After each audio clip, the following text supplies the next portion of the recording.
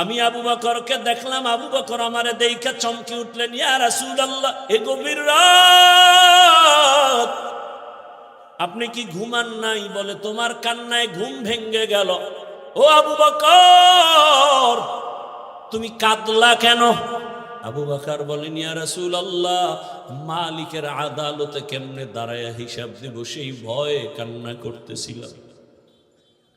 আমার আল্লাহর আদালতে কেমনে দাঁড়াবো? নবী বলেন, কেন? আপনার তো জান্নাতের টিকিট রেডি, দর্জনার প্রথম আপনি। আবু বকর বলেন, ইয়া রাসূলুল্লাহ, আরে আমি আবু বকরের থেকে টিকিটের পাওয়ার তো নবীদেরটার বেশি, কিন্তু আপনিই তো বয়ান করেছেন হাসরের ময়দানটা ভয়ঙ্কর হবে, জমিনটা পুরা জমিন হবে হাসরের মাঠ, সূর্যটা নিচে চলে আসবে, সূর্যের গরম মাটির জমিন তামা হয়ে যাবে, ওদিকে জাহান্নামের চিৎকারের আওয়াজ, জাহান্নাম চিল্লায় বলবে, হে মালিক, বেনামাজি গুলো কই? গুনাহগার গুলো আমার পেটের মধ্যে দাও, আমার পেটের মধ্যে ক্ষুধা। নবী, আপনিই তো ভয়ঙ্কর হালাতের কথা বলছেন, জাহান্নামের চিৎকারে হাসরের ময়দানটা থরথর করে কেঁপে উঠবে। এমনকি আমার আল্লাহ রাগ হয়ে আওয়াজ দিবেন, লিমানিল মুলকুল ইয়াউম লিল্লাহিল ওয়াহিদিল কাহ্হার। এত কঠিন আওয়াজ হবে, হাসরের ময়দানটা থরথর করে কাঁপতে থাকবে। ও নবী, আপনিই বয়ান করেছেন এত কঠিন হালাত, নারী আর পুরুষ সব উলঙ্গ দাঁড়াবে হাসরের মাঠে। আম্মা জান আয়েশা বলেন, নবী, মানুষ কি লজ্জা পাবে না? কয়, ওরে আয়েশা, জানো না, এমন ভয়ঙ্কর হালাত হবে, একজনের দিকে আর একজন তাকাবারও হুঁশ হবে না। এমন কঠিন অবস্থায় আল্লাহর নবীরা পর্যন্ত কান্না শুরু করবেন। আদম নবী কান্না করবেন, ঈসা নবী কান্না করবেন, ইব্রাহিম নবীর কান্না, মুসা নবীর কান্না, দাউদ পয়গম্বরের কান্না, নূহ পয়গম্বরের কান্না চলবে। নিজের উপায় নাই, কি উপায় হবে সেই চিন্তা, উম্মতের চিন্তা নাই। ইয়া রাসূলুল্লাহ, এক পর্যায়ে আল্লাহ আবার একটা কঠিন আওয়াজ দিবেন, ওয়ামতাজুল ইয়াউমা আইয়ুহাল মুজরিমুন। আল্লাহ একটা গায়বী আওয়াজ দিয়ে বলবেন, ও গুনাহগারেরা, ও বেনামাজিরা, ও বেপরদাওয়ালারা, যারা কোরআন হাদিস মানো নাই, আলেম ওলামা মানো নাই, নবী রাসূল মানো নাই, আজকে আমার নেককারদের থেকে তোরা আলাদা হইয়া যা, নেককারদের থেকে আলাদা হ। গুনাহগারেরা ভয়ে আলাদা হবে না। আল্লাহ বলবে, আমি কুদরতি ভাবে বাছুনি দিব, বাঁচতে গিয়া যখন ধরে ফেলবো, ওই গুনাহগার গুলো বাতাসের মতো উড়িয়া উড়িয়া জাহান্নামের রাস্তায় পড়বে। আর আল্লাহ বলবেন, ও আমার নেকামলওয়ালা, ও পর্দাওয়ালা নামাজি, সূর্যের গরম মাথায় লাগাইস না, আরশে আজিমের নিচে গিয়ে অপেক্ষা কর, রহমতের নবীর সাথে তোমরা সব জান্নাতে যাইবা। আর যারা গুনাহগার বেনামাজি, এদেরকে জাহান্নামের পথে দাঁড় করাইয়া আল্লাহ বলবে, ও ফেরেশতারা, লাইনে দাঁড় করাও, আর আমি বাম হাতে আমলনামা দিব। ও রহমতের নবী, আল্লাহ যদি আমি আবু বকরকে ডাইকা বলে, আবু বকর, আমার জান্নাত পাইয়া কি নিয়ে আসছো বলো? আমি যদি বলি, আল্লাহ তোমার জান্নাতের মোহাব্বতে তোমাকে পাওয়ার জন্য নামাজ, রোজা, তেলাওয়াত, জিকির নিয়ে আসছি। আল্লাহ যদি বলে, আবু বকর, আমি যেইভাবে নামাজ চাইছি ওইভাবে হক আদায় করে নামাজ আদায় করো নাই, আমি যেইভাবে রোজা চাইছি ওইভাবে হক আদায় করে তুমি রোজা আদায় করো নাই, তোমার আমল আমার কাছে পছন্দ হয় নাই, সাথে সাথে আমার উপরে জাহান্নামের অর্ডার জারি হয়ে যাবে। ওই সময় আমি আবু বকরের কি উপায় হবে? চোখের পানি ছেড়ে কান্না করি, ও পয়গম্বর, দোয়া করবেন আল্লাহর আদালতে যেন নাজাতের রাস্তা খুলিয়া যায়। ইয়া আইয়ুহাল্লাযীনা আমানুস্তাঈনু বিস-সাবরি ওয়াস-সালাহ, হে মুমিন, তোমরা আমি আল্লাহর কাছে সাহায্য প্রার্থনা করো সবর ও সালাতের মাধ্যমে। ইন্নাল্লাহা মা'আস সাবিরিন, নিশ্চিত আমি আল্লাহ সাবিরিনদের সাথেই থাকি। রহমতের নবী বলেন, মান ইউরিদিল্লাহু বিহি খাইরান ইউসিব মিন, আল্লাহ যাকে ভালোবাসেন, বেশি মোহাব্বত করেন, নবীজি বলেন আল্লাহ তাকে মুসিবত দিয়া পরীক্ষা নিবেন। তর্জমা শেষ। এবার ব্যাখ্যা, হাদিসের উপরে কিছু কথা, এরপরে আয়াত নিয়ে আলোচনা করব। হাদিসে বললেন কি রসুল, আল্লাহ যাকে ভালোবাসেন, মোহাব্বত করেন, কল্যাণ চান, তাকে মুসিবত দিয়া পরীক্ষা নিবেন। এটা কেমন কথা? দুনিয়াতে যে যাকে ভালোবাসে তাকে আগে পরীক্ষা করে। বিয়া করবেন একজন, 10 বাড়ির মাইয়া দেখছেন কেন? কি নাকি এই নিয়ম আপনাদের দেশে নাই? বিয়া করবে এক মেয়েকে, দেখছে কয়টা? 10টা। ভালো করে খবর নিছে আবার তলে তলে।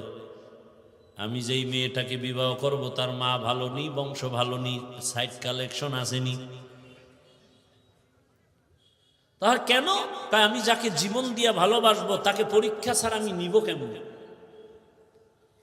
আল্লাহ বলেন আমি জিন সৃষ্টি করেছি আগুনের দ্বারা, নূরের দ্বারা ফেরেশতা বানাইছি, মাটি দ্বারা মানুষ সৃষ্টি করেছি। আমি আল্লাহ মানুষের সর্বশ্রেষ্ঠ মর্যাদা দান করেছি। আমি আল্লাহ পরীক্ষার জন্য জমিনে পাঠাবো। জিনও কিন্তু জমিনে পাঠায় টেস্ট করেছি, ফেরেশতাকেও জমিনে পাঠায় দেখছি সব ঝামেলা করে। আমি জমিনে মানুষ পাঠাবো এবং আমি পরীক্ষা করে যাচাই করে দেখব কারা আমার মোহাব্বতের বন্ধনে আবদ্ধ হয়ে কে টিকে, কে আবার ফেল করে।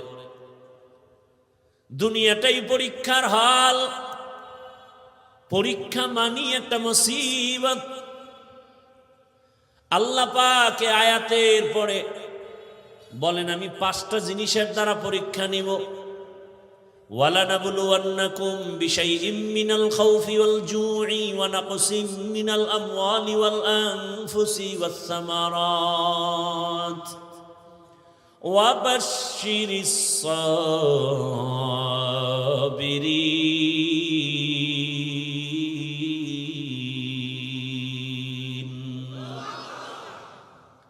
আল্লাহ 5টা জিনিসের দ্বারা পরীক্ষা নিয়া যাকে বেশি মোহাব্বত করবেন তার পরীক্ষা বেশি কঠিন হবে। আল্লাহ বেশি মোহাব্বত করেন ঈমানওয়ালাদের, মানুষের মধ্যে যারা ঈমানওয়ালা। আবার ঈমানওয়ালাদের ভেতরে আল্লাহ তাদেরকে বেশি মোহাব্বত করেন যারা ঈমানের সাথে আমল করে। আবার ঈমান ও আমলওয়ালাদের মধ্যে আল্লাহর কাছে আরো বেশি প্রিয় তারা যারা আমল আর ঈমানের মধ্যে তাকওয়া আছে। তাকওয়া, শিরিকের কোনো গন্ধ নাই। গোটা দুনিয়ার ভিতরে তাকওয়ার মানদণ্ডে শ্রেষ্ঠ আল্লাহর প্রিয় মোহাব্বতের যারা, তারা হলেন আম্বিয়ায়ে কেরাম। আর সব নবী রসুলের মধ্যে শ্রেষ্ঠ রহমাতুল্লিল আলামিন। আর উম্মতের মধ্যে আমরা আখিরি নবীর উম্মত আল্লাহর কাছে বড় প্রিয়। আল্লাহ তাআলা বলেন আমি পরীক্ষা নিব মুসিবতের দ্বারা। আর এই পরীক্ষায় যদি পাশ করতে চাও, এক পুঁজি লাগবে, যে পুঁজি না থাকলে পাশ করা যাবে না। ওই পুঁজির নাম হলো ধৈর্য। যাদের ধৈর্য নাই তারা কোনোদিন কামিয়াব হতে পারবে না। এই ধৈর্য আবার 3 প্রকার। ইবাদতের বেলায় ধৈর্য, মুসিবতের বেলায় ধৈর্য, গুনাহের বেলায় ধৈর্য। আপনার যদি ধৈর্য না থাকে, এই প্যান্ডেলে মোনাজাত পর্যন্ত থাকা আপনার জন্য সম্ভব হবে না। যাদের ধৈর্য আছে তারাই থাকবেন। ধৈর্য যদি থাকে সে বয়ান শুনতে পারে, ধৈর্য না থাকলে পারে না। ইবাদতের বেলায় ধৈর্য, মুসিবতের বেলায় ধৈর্য, গুনাহের বেলায় ধৈর্য। এই ধৈর্য বড় দামি এক সম্পদ। স্বামী আর স্ত্রী বড় ভালোবাসার জিন্দেগি পরিচালনা করতেছে। একদিন স্ত্রী স্বামীকে জিজ্ঞাসা করে, ও স্বামী, তুমি আমাকে কেমন মোহাব্বত করো, ভালোবাসো? বলে সীমাহীন। বলে কেমন? কয় তুমি আমার জীবন, আমি তোমার জন্য যা চাও তাই দিব। খেয়াল করতেছেন?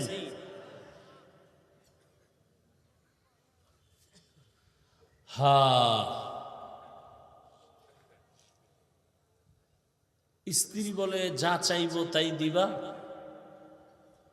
বলে হ্যাঁ তাই দিব। স্ত্রীও একেবারে সাধারণ মানুষ না, খুব ধর্মের জ্ঞান ট্যান আছে, ধৈর্য আছে। বারবার স্বামীকে বলে যা চাইবো দিবা? দিব, চাওয়া মাত্র দিব। বলে বুঝা খাও? হ্যাঁ বুঝা কইছি। ওয়াদা? বলে ওয়াদা। স্ত্রী পরীক্ষামূলক বলে আমাকে 3 তালাক দিয়া দাও। স্বামীর মাথা ঠিক আছে না? গরম হয়ে গেছে। বললা কি? কই না ওয়াদা করলা, যা চাইবো তাই দিবা, দাও তালাক দাও। স্ত্রীর কথা শুই না স্বামী বলে কল্লা যেতে পারে, তালাক তোমাকে দিব না, কারণ তোমার মতো একটা আবেদা স্ত্রী পেয়ে আমার জীবন বড় ধন্য। দুইজনের মধ্যে একটু বাক বিতণ্ডার সমাধানের জন্য জামানার নবীর দরবারে রওয়ানা। হঠাৎ রাস্তার মাঝে গিয়া স্বামী বেচারা পড়ে গিয়া পাটা ভেঙে গেছে, চিৎকার দেয় বাঁচাও। স্ত্রী হাত ধরে বলে এত কাঁদো কেন? বলে পা ভেঙে গেল। এবার আল্লাহর বান্দি বলে নবীজির দরবারে যাওয়ার প্রয়োজন নাই, চলো আমরা উল্টা বাড়ির পথে চলো। বাড়ির মধ্যে যাইয়া স্ত্রী ডাক দিয়ে বলে স্বামী আমারে দয়া করে মাফ করে দাও, আমার কথা আমি উড্ড করে নিলাম, তালাক চাই না। স্বামী ডাক দিয়া কয় বিবি আমার, নুজহাতুল মাজালিস নামক কিতাবে ধৈর্যের বয়ানের মধ্যে ঘটনাটা পাওয়া গেছে।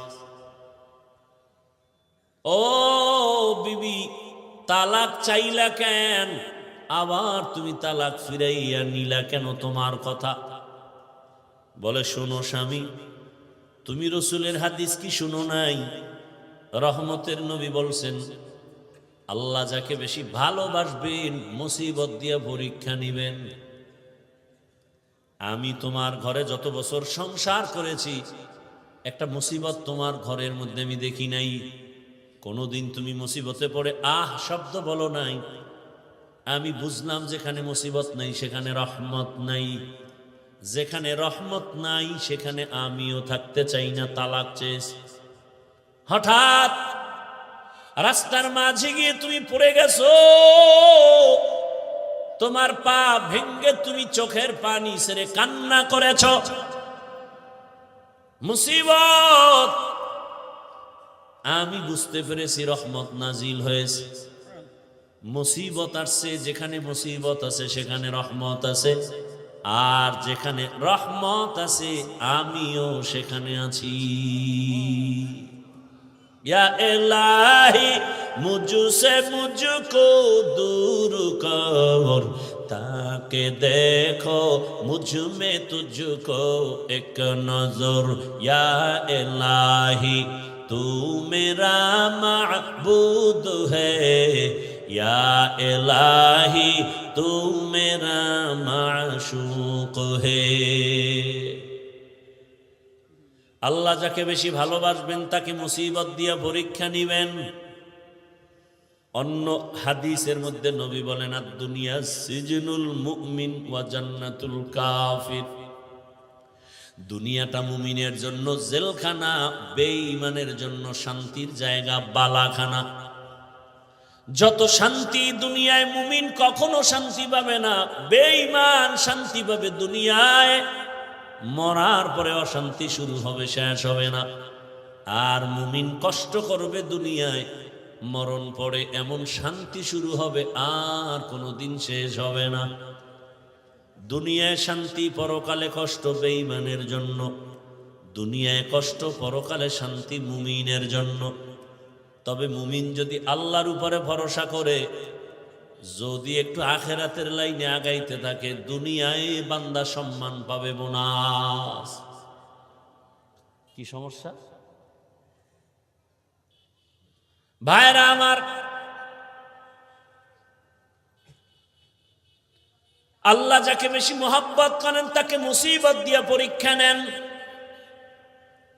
এই রকম হাজার উদাহরণ যদি টানি সারা রাত চলে যাবে। আমার রহমতের নবী, যার কোনো গুনাহ নাই, সন্দেহ করলে ঈমান চলে যাবে।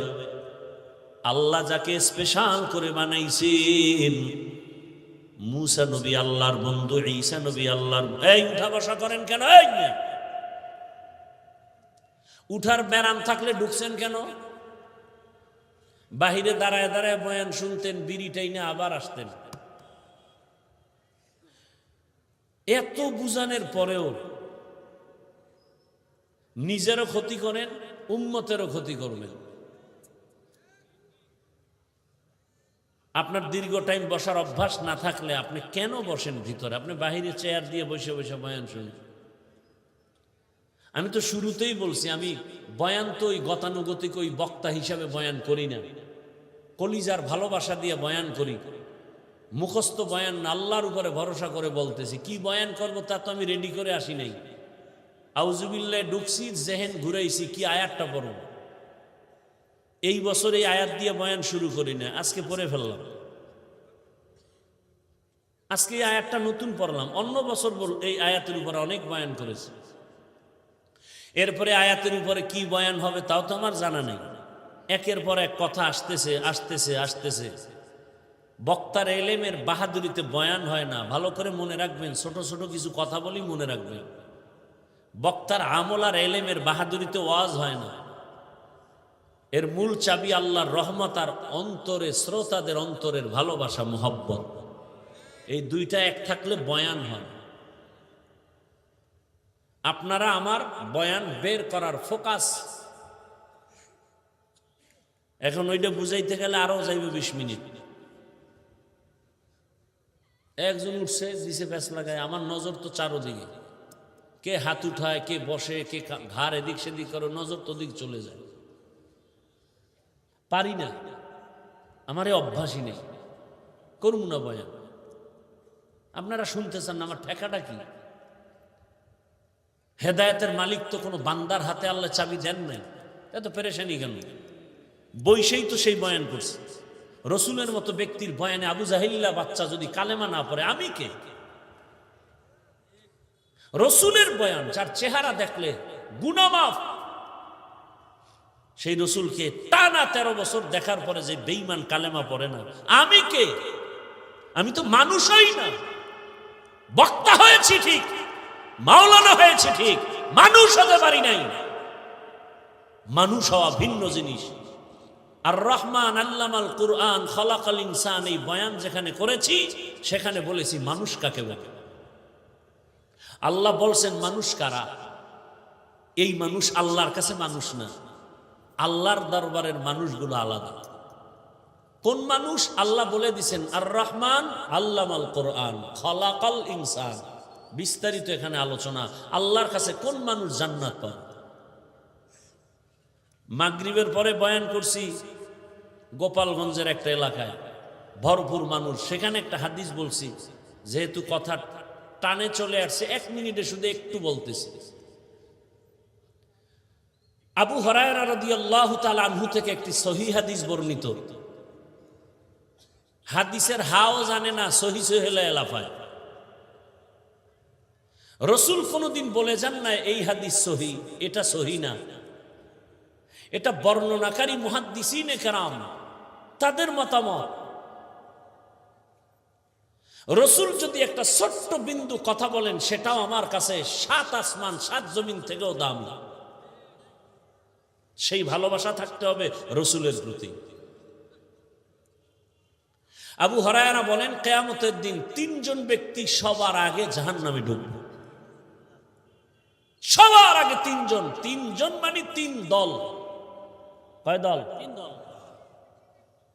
কিন্তু ব্যক্তি হিসাবে উল্লেখ 3 জন। কেমন 3 জন?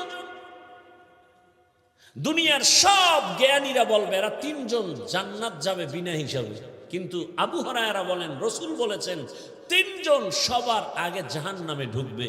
আবু হুরায়রা এই হাদিসটা বলতে গিয়া একজন সাহাবীকে শুনাইতে গিয়া 3 বার বেহুশ হয়ে গেছে।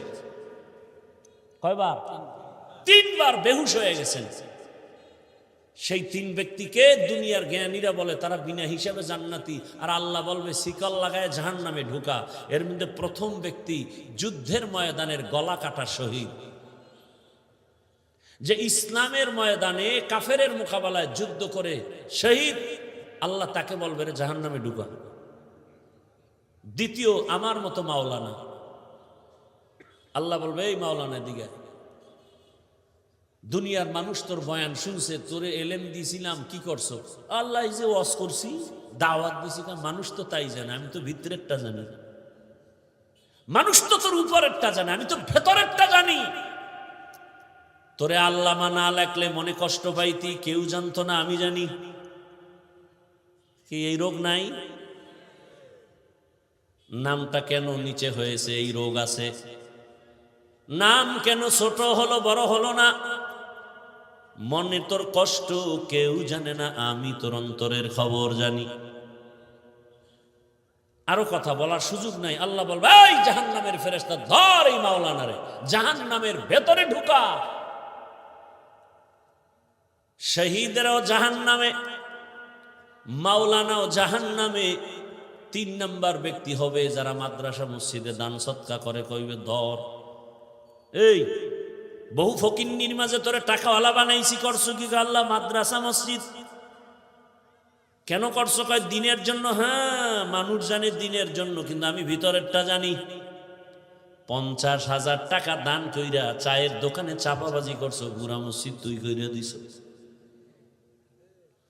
তোর নামে আলহাজ না লাগাইলে মাথা গরম। দান করার পরে তোকে মারহাবা না বলার কারণে তোর মেজাজ গরম, পারো না টাকা ফিরাই নিয়ে যাও। জাহান্নামের ফেরেশতাই নাফরমানের ধর, জাহান্নামের শিকল লাগায়া জাহান্নামে নাও। ও আমার প্রিয় বাবারা, যুবক, পর্দার আড়ালের মা বোনেরা, বৃদ্ধ বাবাজিরা, শহীদের হালাত যদি এমন হয়, মাওলানাদের হালাত যদি এমন হয়, মাদ্রাসা মসজিদ করনেওয়ালা দানবীরের হালাত যদি এমন হয়, একটু একটা মিনিট চিন্তা করেন আপনার আমার উপায় কি হবে। জিন্দেগি মে বন্দগি তু করনা হে, जिंदगी में बंदगी तू करना है, जिंदगी बे बंदगी शर्मिंदा है, जिंदगी बे बंदगी शर्मिंदा है। दुनिया में हो दुनिया का तलबगार न हो, बाजार से गुजर हो खरीदार न हो। ये दुनिया एक मिसले कागज फूल है, ये दुनिया एक मिसले कागज फूल है, जिंदगी में बंदगी तू करना है, जिंदगी बे बंदगी शर्मिंदा है, जिंदगी बे बंदगी शर्मिंदा है।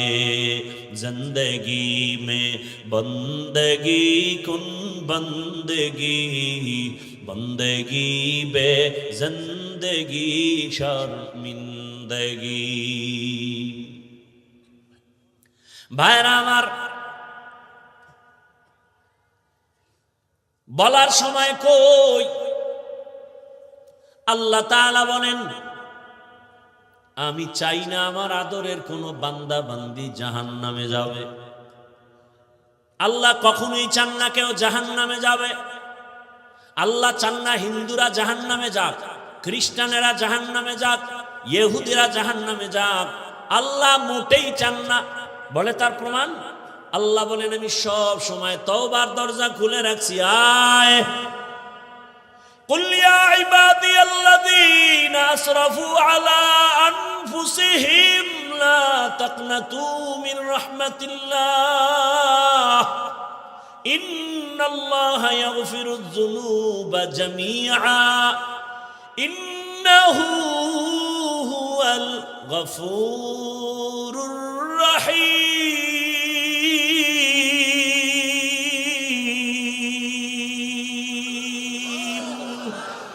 गर तवक्कुल मी कुनी हर सुबह शाम मेरा साना रिस्क तू अज़ला मकाम जुज़बा हक़ची ज़े मखाअज इंसुजा फज़ले उआ मस्ते दर जुमला जहा। আল্লাহ বলেন ও আমার প্রিয় বান্দা বান্দিরা, আয় আমার দরজা খোলা। কি পরিমাণ গুনাহ করেছো? বান্দা বলে 40 বছরের গুনাহ তো বিশাল, হিমালয় পাহাড়ও ছাড়ায় গেছে আমার গুনার এত বড় স্তূপ। আল্লাহ কয় তুই যদি আসমান বড় বড় গুনাহ করে ফেলো, বিশাল বড় লবণের পাহাড়। কিসের পাহাড়? লবণের বিশাল বিশাল বড় পাহাড়। যত বড় বড় লবণের পাহাড়, একটু যদি সমুদ্রের পানি ধাক্কা লাগায়, লবণের পাহাড় বিলীন হতে কয় হাজার বছর লাগবে? বলছি না সত্য কথা, জবাব দিয়েন ভালো করে। কয় মাস? মুহূর্তের মধ্যে সমুদ্রের পানির ধাক্কায় লবণের পাহাড় যেমন বিশাল পাহাড়। কোন কাজের লোকেরা যদি বলি তোমরা 500,000 মানুষ কাজ করে লবণের পাহাড়, এখান থেকে তুমি তাড়াতাড়ি সাতক্ষীরায় নিয়ে যাও, সময় লাগবে নি? বুঝে না, অনেক সময়। কিন্তু সমুদ্রের একটা পানির বাড়ি মারলে মুহূর্তে বিলীন হয়ে যাবে। আল্লাহ কয় রে গোলাম, কি পরিমাণ গুনাহ করেছো, কয় পাহাড় বানাইছো। দুনিয়ার আসমান বড় বড় যদি গুনার পাহাড় বানাও, আমার রহমতের পানির বাড়ির সাথে সাথে তো গুনার পাহাড় চুরমার হয়ে যাবে। আতিনা ফি দারে দুনিয়া না হাসান আতিনা ফি দারে উকবা না হাসান ইয়া গিয়াসাল মুস্তাগীসিন ইহদিনা লফতিখারা বিল উলুমে ওয়াল গিনা হর গরিদে নেক তু তৈয়ার হে জু না মাঙ্গে उससे तू बेजार है। আল্লাহ তাআলা বারবার ডাকেন আসো, তওবার দরজা খুলে দিলাম আসো। এজন্যই তো আল্লাহ পাক আয়াতে বলেন ও মুমিন সাহায্য প্রার্থনা করো। আল্লাহ পাক মুমিনকে বলছেন, কোন বেঈমানকে বলেন না কেন? এর সংক্ষিপ্ত জবাব হলো জান্নাত শুধু মুমিন পাবে, কোনো বেঈমান কখনো জান্নাত পাবে না। জান্নাত কারা পাবে? মুমিন, কোনো বেঈমান পাবে না। কিন্তু একটু আগেই কিন্তু আমি বলছি আল্লাহ চান না কোনো বান্দা বান্দি জাহান্নামে যাবে। এই হলো এক কথা। আর এক কথা কি, জমিনে যত মানুষ আসছে নাই আসবে, সবার নামে জান্নাতে আলাদা আলাদা বাড়ি নাম লেখা বরাদ্দ করা। নমরুদ নামে একটা জান্নাত আছে, জান্নাতে ঘর আছে আলাদা। ফেরাউনের নামে জান্নাতে ঘর আলাদা। বেশ্যা তাসনিমার নামেও জান্নাতে ঘর আলাদা। এক কথায় দুনিয়ার সব মানুষের নামে নামে নামে নামে জান্নাতে ঘর। কিন্তু কোনো বেঈমান জান্নাত পাবে না, এ কথাও সত্য। আল্লাহ কাউকে জান্নাত জাহান্নামে দিতে চান না, তাও সত্য। তাহলে বেঈমানরা না পাইল ওদের জান্নাত বানানো যে নির্ধারিত করা আছে, জান্নাত কি হবে? ফেরাউনের জান্নাত কোথায় যাবে? নমরুদের জান্নাত আল্লাহ বলেন যারা আমার মুমিন, আমার ইবাদত যথার্থ করবে, আমি আল্লাহর নামের জান্নাত তো দিবই, বেঈমানের বানানো জান্নাত আমি আমার আদরের মুমিনদের বোনাস দিয়ে দিব। या इलाही तू मेरा माबूद है, या इलाही तू मेरा माशूक है। भाईरा আমার, আল্লাহ মুমিনকে বলেন সাহায্য চাও। সাহায্য চাওয়ার জন্য আল্লাহ বললেন মুমিনকে। এখন এখানে তিনটা কথা, সাহায্য কেন চাইব, কিভাবে চাইব, কার কাছে চাইব, তিনটা কথার জবাব। আল্লাহ মুমিনকে সাহায্য চাইতে বললেন কেন? বলে দুনিয়াতে কেউ কারো সাহায্য ছাড়া জমিনে চলতে পারে না, দুনিয়ার কেউ সাহায্য ছাড়া চলতে পারে না।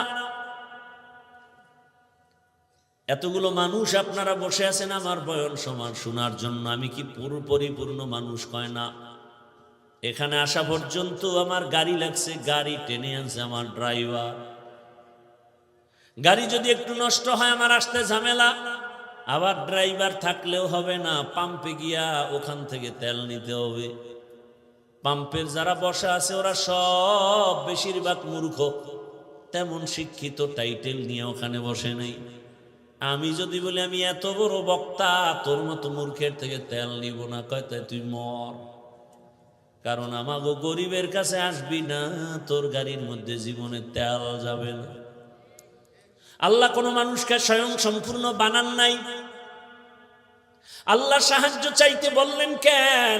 আল্লাহ তার এক জবাব দিয়া কোরআনে বলেন ওয়া খুলিকাল ইনসানু যাঈফা, আমি মানুষকে বড় দুর্বল করে বানাইছি, মানুষের মতো দুর্বল কোনো প্রাণী বানাই নেই। মানুষ এত দুর্বল, পিপিলিকার কাছেও দুর্বল। আল্লাহর বানানো ক্ষুদ্র পিপিলিকার কাছে আমরা দুর্বল, একটা মশার কাছেও আমরা দুর্বল, মানুষের বানানো জিনিসের কাছেও মানুষ দুর্বল। 2 টাকা দামের একটা বেলেট বানাইছে মানুষ, ওই বেলেটের কাছেও সব মানুষ দুর্বল। কি এই যে স্টান বানাইছে মানুষ, এই মানুষ এই স্টানের বাড়ি খেয়া জাগাত নাই। ইট বানায় মানুষ, ইটের একটা টুকরা পড়ছে, জাগাত শেষ। তাহলে মানুষ নিজের বানানো বস্তুর কাছেও দুর্বল, আল্লাহর বানানো ক্ষুদ্র পিপিলিকার কাছেও দুর্বল। পিপিলিকায় যদি মেজাজ গরম করে, একটা বনিয়াদমরে ঘুমাতে দিব না, খাইতে দিব না, কোনো বনিয়াদম খাইতেও পারবে না, ঘুমাতে পারবে না। মশায় যদি আন্দোলন শুরু করে, আদম সন্তানের কপালে আর ঘুম জুটবে না। কি জিন্দেগি বরবাদ হয়ে যাবে। তাহলে আমরা মশার কাছেও দুর্বল, পিপিলিকার কাছেও দুর্বল, আমাদের মতো দুর্বল কোনো প্রাণী নাই। এই কথা যেমন সত্য, আমাদের মতো শ্রেষ্ঠ জমিনে কেউ নাই, এ কথাও সত্য। দুর্বল হইয়া আবার শ্রেষ্ঠ হয় কেমনে? ধৈর্য হবে শোনা। দুর্বল সে আবার শ্রেষ্ঠ হয় কেমনে? হ্যাঁ, দুর্বলতাটাই শ্রেষ্ঠত্বের কারণ। যেমন আপনাদের ঘরের মধ্যে শিশু বাচ্চা আছে, আবার বড় ছেলে মেয়েও আছে, ভালো করে বুঝেন। ঘরের মধ্যে আপনার শিশু বাচ্চা অনেক দুর্বল, হাঁটতেও ভালো করে পারে না। খেয়াল করে দেখবেন 8 বছর পরে বাবা আসছে বাড়িতে বিদেশ থেকে, বা ঢাকা থেকে আসছে 1 বছর পর গ্রাম এলাকায়,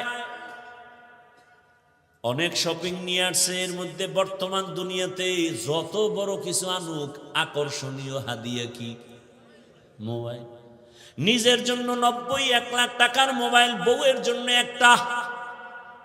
বউয়ের মোবাইল বউরে দিবে, কিন্তু সব কাপড় চুপড় বের করে বলে ভাগ ভাগ করে দেও।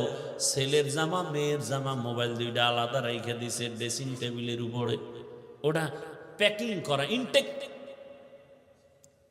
ছেলে একটা বড়, ওর তো নজর হেন, ও কাপড় চুপড়ের দিকে তাকায় নাই, ও গিয়া ইনটেক প্যাকেটটা ধরছে, লাখ টাকার মোবাইলের প্যাকেটটা যখন ধরছে না, বাবাই দিছে ধমক, এই মোবাইল ধরিস না। ছেলের মনে একটা কষ্ট আসছে, বাবা এতদিন পরে বাড়ি আসছো, ধমক দিলা কেন? অভিমান কইরা সন্তান অন্য জায়গায় বা রুমে গিয়ে চুপচাপ বসে আছে, রাগ করে। বাবা সব গুছাই টুছাই ও ইনটেক মোবাইল টেবিলে রাইখে গেছে বাথরুমে। কোন রুমে? বলেন বলেন। আমরা বাথরুম, শিক্ষিত ভদ্র যারা, এরা বাথরুম কয় না, কি কয়? ওয়াশরুম। ওয়াশ কয়নি? বাথরুমে ওয়াশ করা চূড়ান্তভাবে উচিত না, কারণ বাথরুম হলো জিন শয়তানের আড্ডাখানা। বাথরুম কখনো ওয়াশরুম হতে পারে না।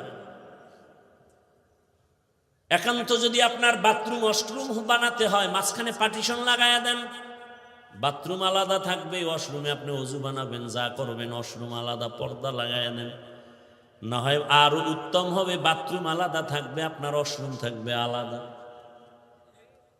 কি কমু, কারে কমু?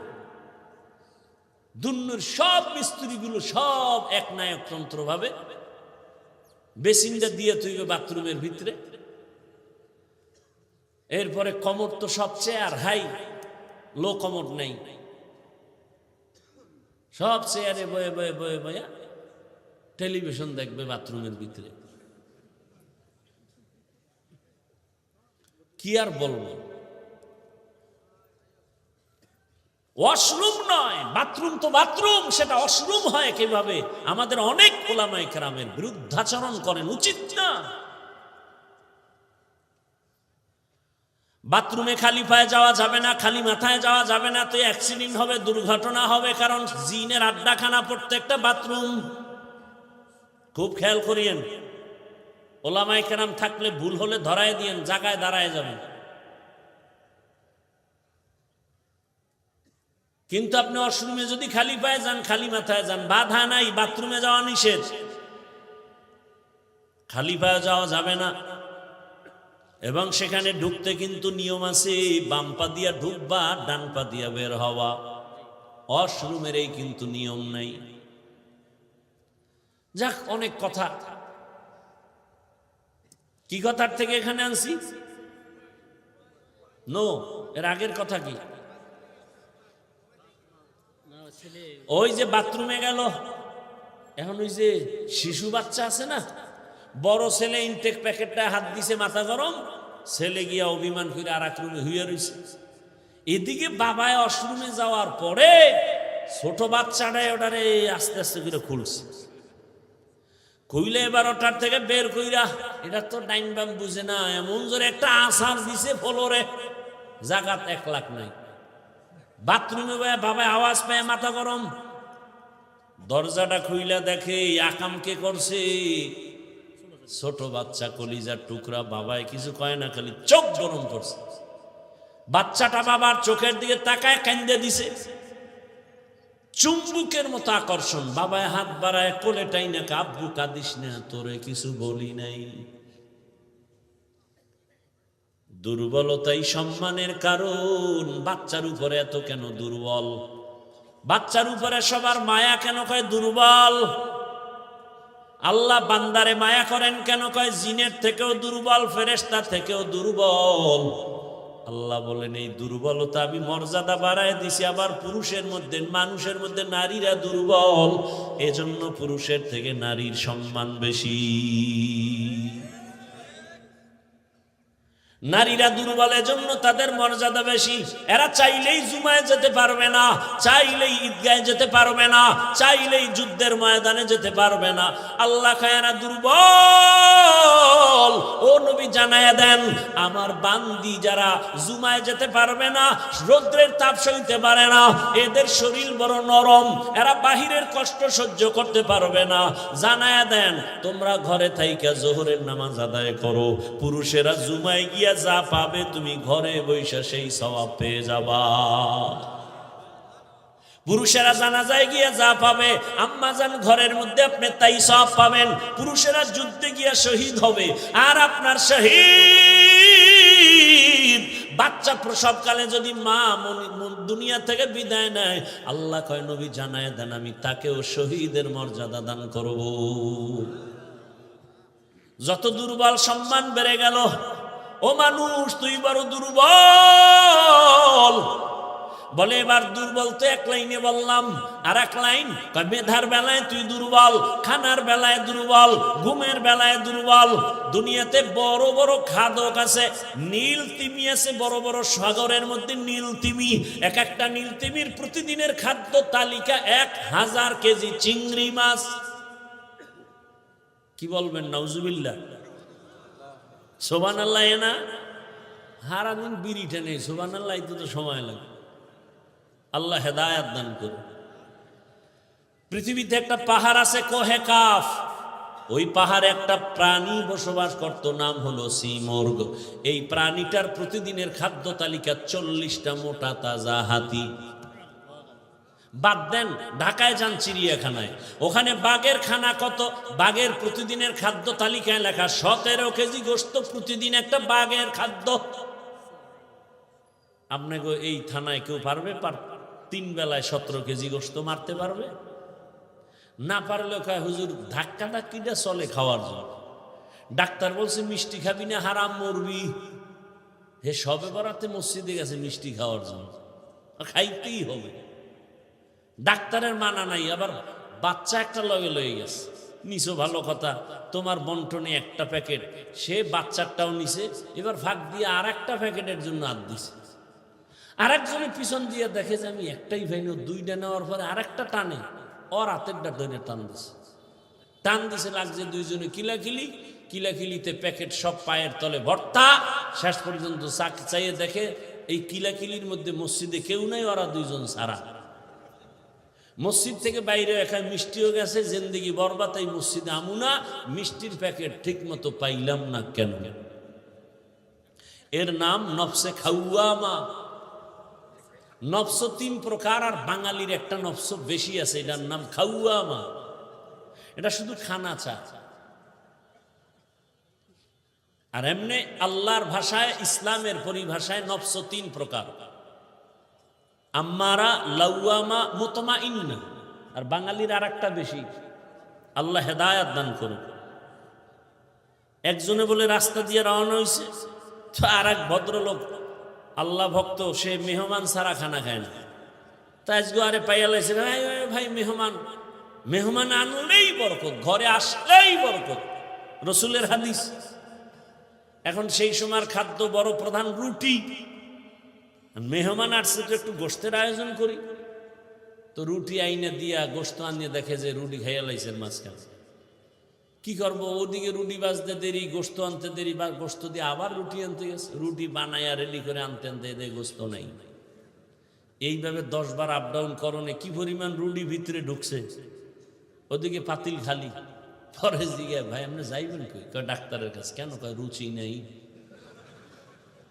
ভদ্রলোক কয়, ভাই আল্লাহর রাস্তায় আপনি যান তাড়াতাড়ি, তবে অনুরোধ এই পথ দিয়ে আর ফেরত আইয়ে নেই। গরতা ওয়াকুল মিকুনিহার সবহশানম মিরাসানাত রিজকে তু আজলামাকা। কত রাত ঘুম মারলেন? আল্লাহর দিনের জন্য একটু ঘুম কমাবেন, একটু কম ঘুম হবে। এতটুকু ধৈর্য হচ্ছে না, আমিও ছেড়ে দিব, অনেক দূরে যেতে হবে। আর 10 মিনিটে আমি শেষ করবো ইনশাআল্লাহ। ধৈর্য হবে না আগেই দোয়া করে দিব? আলোচনা করলে আমার আরো অনেক আলোচনা আছে শুধু আয়াতের উপর। আপনাদের ধৈর্য হচ্ছে না, আর আমারও হয় না। কত আর আল্লাহর দেওয়া বাসি আর কত বাজবা।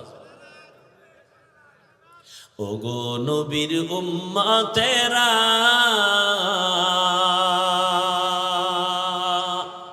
হয়ে আজি দিশাহারা, কোরআন হাদিসের চলো যখন যাহা চায় মনে, নবী বিনে কে তারাবে পুলসিরাত মিজানে, নবী বিনে কে তারাবে পুলসিরাত মিজানে। উম্মতের কান্ডারি নবী,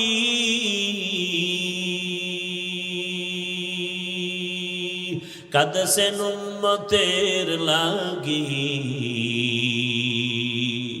এখনো কাঁদেন নবীজি শুয়ে মদিনার পানে। নবী বিনে কে তারাবে পুলসিরাত মিজানে, নবী বিনে কে তারাবে পুলসিরাত মিজানে। ও আমার কলিজার যুবক বাবারা, ও বৃদ্ধ বাবাজি, পর্দার আড়ালের মা বোনেরা, আল্লাহ তো দুর্বল করে বানিয়েছেন, কিন্তু মর্যাদা সবার উপরে দিয়েছেন। মানুষের মতো দামি কেউ নাই। আমরা মেধার বেলায় দুর্বল, সবাই কিন্তু এমবিবিএস ডাক্তার, সবাই ডিগ্রি নিয়ে বসে আছে চেম্বারে, কিন্তু একে অপরের কাছে দুর্বল। নাক কান গলার ডাক্তার পেটের রোগ ঠিক করতে পারে না, মেডিসিনের ডাক্তার নাক কান গলার উপরে বিশেষজ্ঞ না। আল্লাহ এক একজনের এক এক সাইড আগায় দিছে, এক সাইড দুর্বল রাখছে, জানো অহংকারী করার সুযোগ না পাও। আমি কোরআনের বয়ান করি, কিন্তু ফতুয়ার কাজ আমার না। ফতুয়া দেওয়ার বেলায় আমি মুফতি সাহেবের কাছে দুর্বল।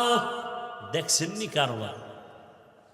দুনিয়ার সব একে অপরের কাছে দুর্বল।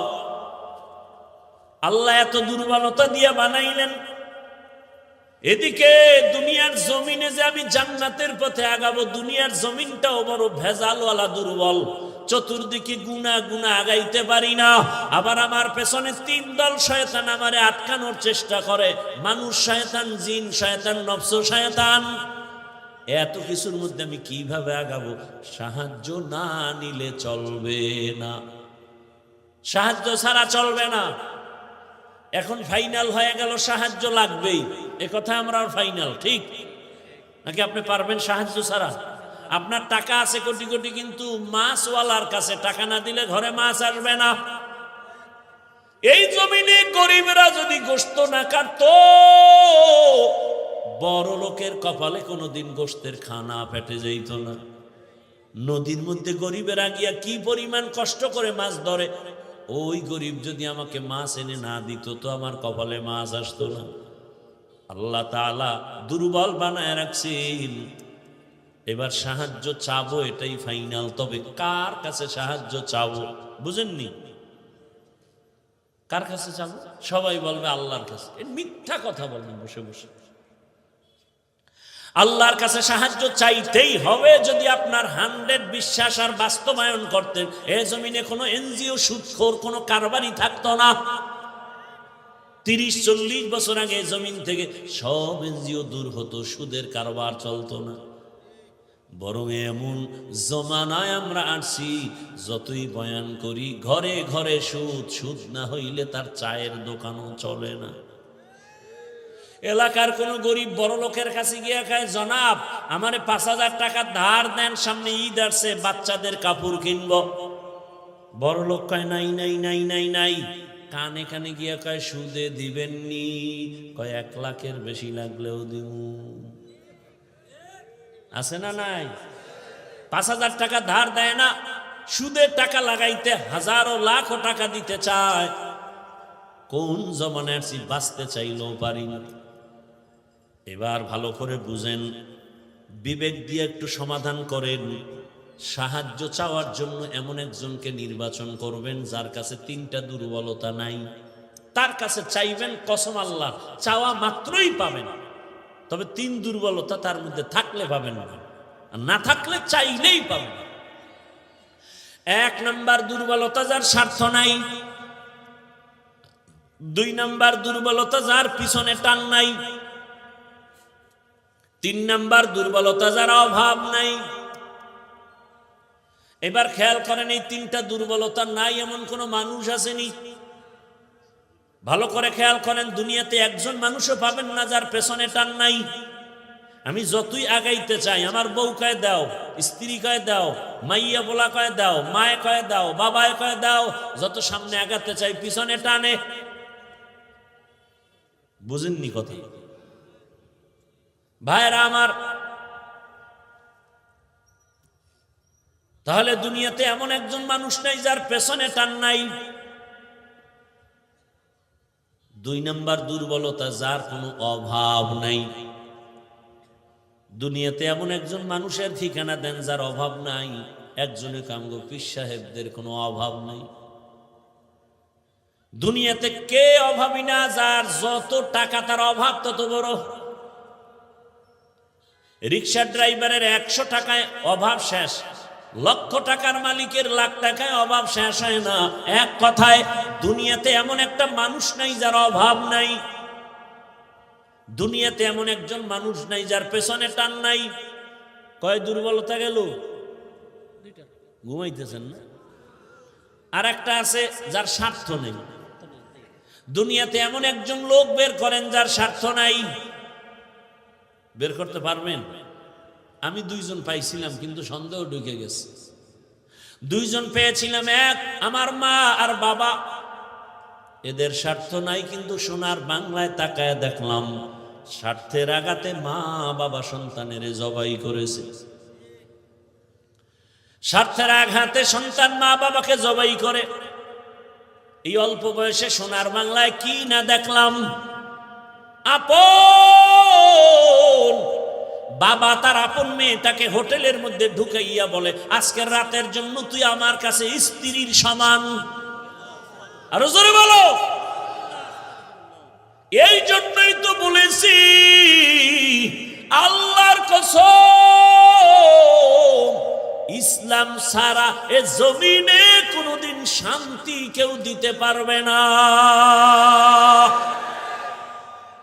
চাপাবাজি করতে পারবে মরণ পর্যন্ত। শান্তির ঠিকানার নাম ইসলাম। ইসলাম ছাড়া কোনোদিন এ জমিনে শান্তি আসবে না। চাপাবাজি চলবে, শুধু চাপাবাজি। ভালো করে বুঝো, স্বার্থ ছাড়া কোনো মানুষের জমিনে নাই। স্বার্থের আঘাতে স্ত্রী স্বামীকে জবাই করে, স্বামী স্ত্রীকে জবাই করে, ভাই ভাইকে জবাই করে স্বার্থের আঘাতে। আমি কি বানায় বলতেছি বাবা? অহরহ দুর্ঘটনা ঘটে। এইবার হিসাব শেষ, গোড়ায় হিসাব করে দেখবেন একজন পাওয়া যায় যার পেছনে টান নাই, অভাব নাই, স্বার্থ নাই। তিনি কে? তিনি কে? ইয়া আইয়ুহান নাস আনতুমুল ফুকারাউ ইলাল্লাহ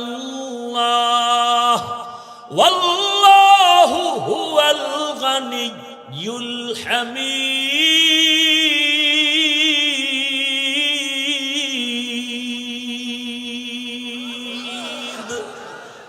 गर तवक्कुल मीकुनी हर सुबह शाम मेरा सानद रिस्क तू अज़लामका।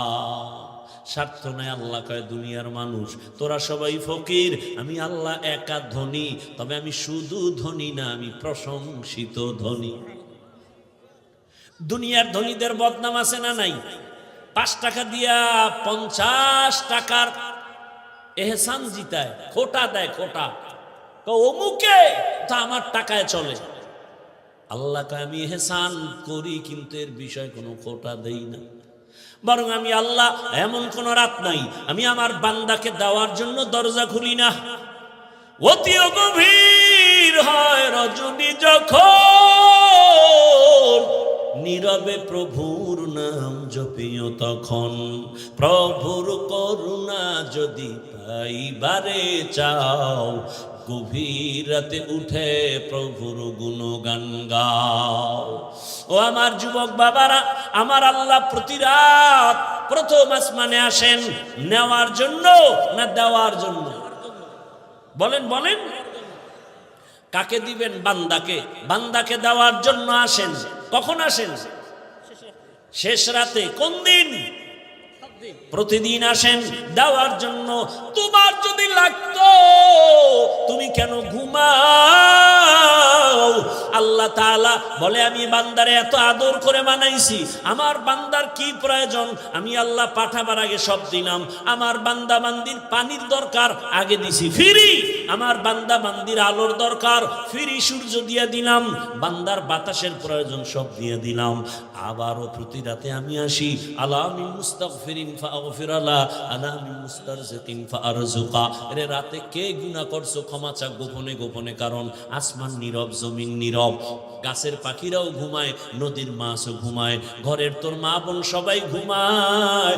এখন রাস্তা ক্লিয়ার, কেউ শুনবে না, গোপনে সুন্দর করে ওযু বানাইয়া যায় নামাজ বিছাইয়া কলিজা ভরে যদি ডাক দাও ইয়া আল্লাহ, আমি আল্লাহ তো তোর মোহাব্বতের জন্যই প্রথম আসমানে তাজাল্লি দিয়ে দিলাম, চাইতে দেরি আমি আল্লাহ তোকে দিতেও দেরি করব না।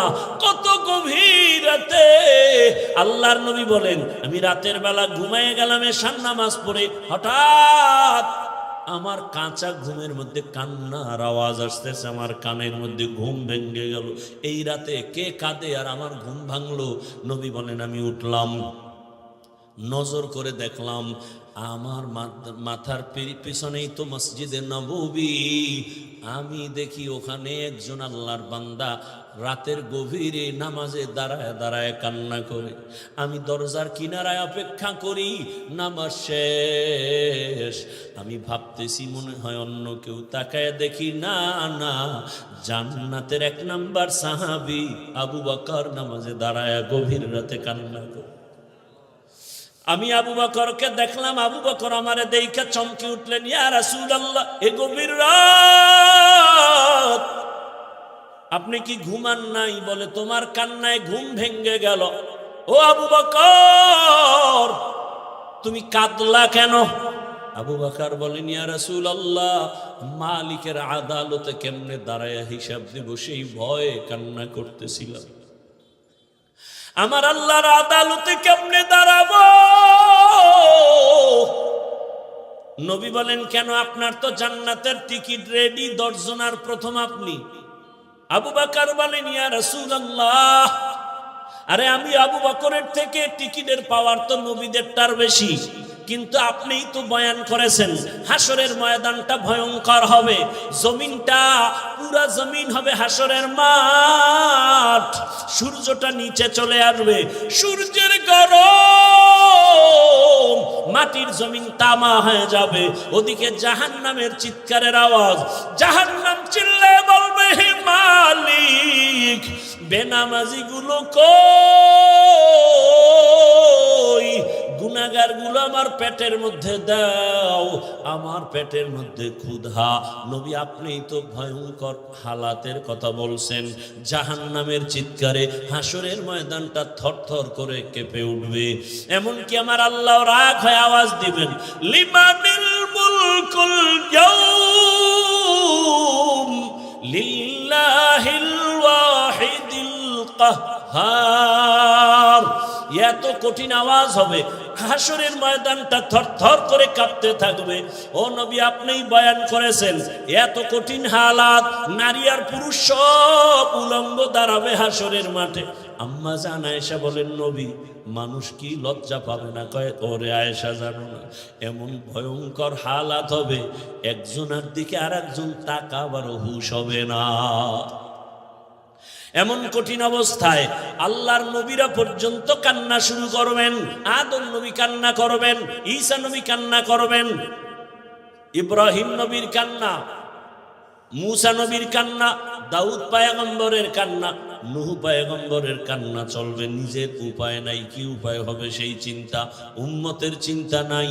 ইয়া রাসূলুল্লাহ এক পর্যায়ে আল্লাহ আবার একটা কঠিন আওয়াজ দিবেন, ওয়ামতাজুল ইয়াউমা আইয়ুহাল মুজরিমুন।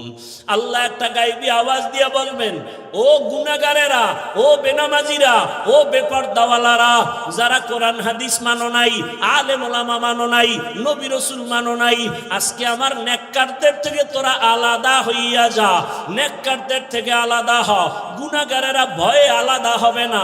আল্লাহ বলবে আমি কুদরতি ভাবে বাছুনি দিব, বাঁচতে গিয়া যখন ধরে ফেলবো ওই গুনাহগারগুলো বাতাসের মতো উড়িয়া উড়িয়া জাহান্নামের রাস্তায় পড়বে। আর আল্লাহ বলবেন ও আমার নেকামলওয়ালা, ও পর্দাওয়ালা নামাজি, সূর্যের গরম মাথায় লাগাইস না, আরশে আজিমের নিচে গিয়ে অপেক্ষা কর, রহমতের নবীর সাথে তোমরা সব জান্নাতে যাইবা। আর যারা গুনাহগার বেনামাজি এদেরকে জাহান্নামের পথে দাঁড় করাইয়া আল্লাহ বলবে ও ফেরেশতারা লাইনে দাঁড় করাও, আর আমি বাম হাতে আমলনামা দিব। ও রহমতের নবী, আল্লাহ যদি আমি আবু বকরকে ডাইকা বলে আবু বকর আমার জান্নাত পাইয়া কি নিয়ে আসছো বলো, আমি যদি বলি আল্লাহ তোমার জান্নাতের মোহাব্বতে তোমাকে পাওয়ার জন্য নামাজ রোজা তেলাওয়াত জিকির নিয়ে আসছি, আল্লাহ যদি বলে আবু বকর আমি যেইভাবে নামাজ চাইছি ওইভাবে হক আদায় করে নামাজ আদায় করো নাই, আমি যেইভাবে রোজা চাইছি ওইভাবে হক আদায় করে তুমি রোজা আদায় করো নাই, তোমার আমল আমার কাছে পছন্দ হয় নাই, সাথে সাথে আমার উপরে জাহান্নামের অর্ডার জারি হয়ে যাবে। ওই সময় আমি আবু বকরের কি উপায় হবে? চোখের পানি ছেড়ে কান্না করি, ও পয়গম্বর দোয়া করবেন আল্লাহর আদালতে যেন নাজাতের রাস্তা খুলিয়া যায়।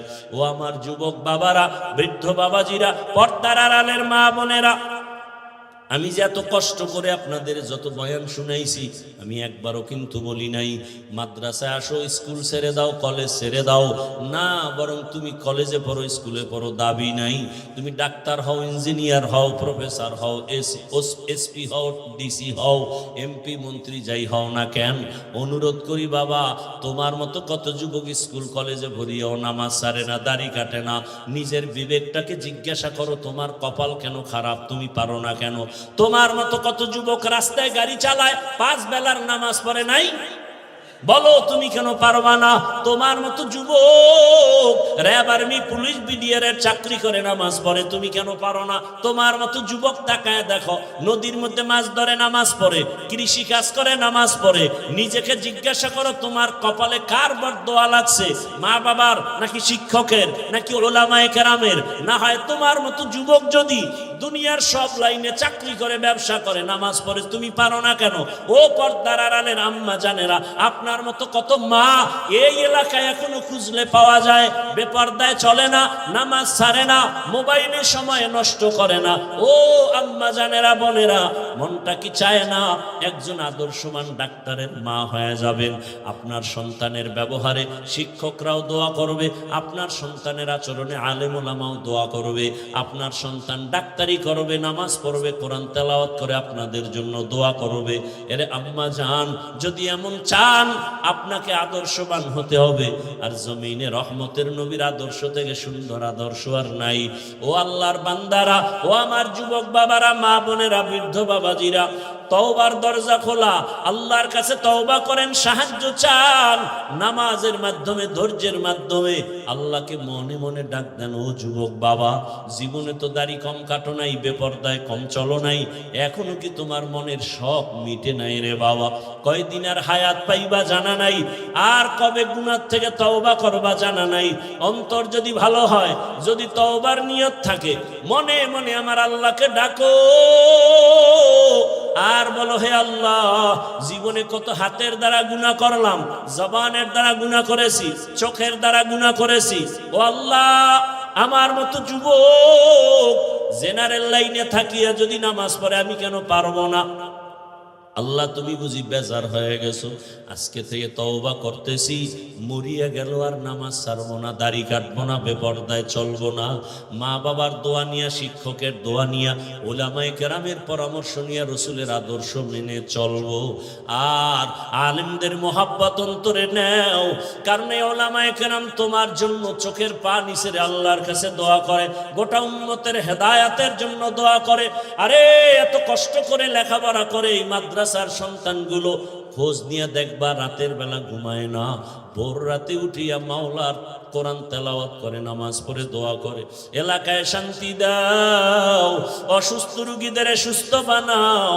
ওই উলামায়ে কেরামের দোয়া নিয়ে চলিও রে যুবক। আর উলামায়ে কেরাম যেখানে তৈরি হয় ওদিকে তোমার অন্তরটা নরম রাখিয়া পারলে সহযোগিতা করিও। আর আল্লাহকে বলিও, আল্লাহ আলেম হইতে পারি নাই, একজন আলেমের সহযোগী হতে চাই, একটু সহযোগিতাও করিও। আল্লাহর মোহাব্বতে কোরআনওয়ালাদের সহযোগিতা করা, জীবন তোমার দুনিয়াতেও কামিয়াব হবে, পরকালেও কামিয়াব হবে। খবরদার এমন অন্তর যেন না হয় যে কোরআনওয়ালাও হতে পারলা না, কোরআনওয়ালাদের খেদমতেও তুমি আসতে পারলা না, এমন বদনসিব যেন তোমার না হয়। আল্লাহর কাছে অন্তর দিয়া তওবা করো, জীবনে আর গুনাহ করব না, নামাজ ছাড়বো না, বেপরদায় চলবো না, দাড়ি কাটবো না। তওবা করার মতো যদি অন্তর তৈরি হয়, মুনাফিকি না থাকে, খাঁটি তওবার নিয়তে দুটো হাত আল্লাহকে দেখায়া দাও। আয় আল্লাহ হাতগুলো কবুল করে নেন, তওবা কবুল করে নেন, তওবার উপরে মজবুত হইয়া চলার তৌফিক দান করেন। আমিন। আলহামদুলিল্লাহি রাব্বিল আলামিন। والصلاة والسلام على سيد الأنبياء والمرسلين وعلى آله وأصحابه أجمعين يا أرحم الراحمين يا أرحم الراحمين يا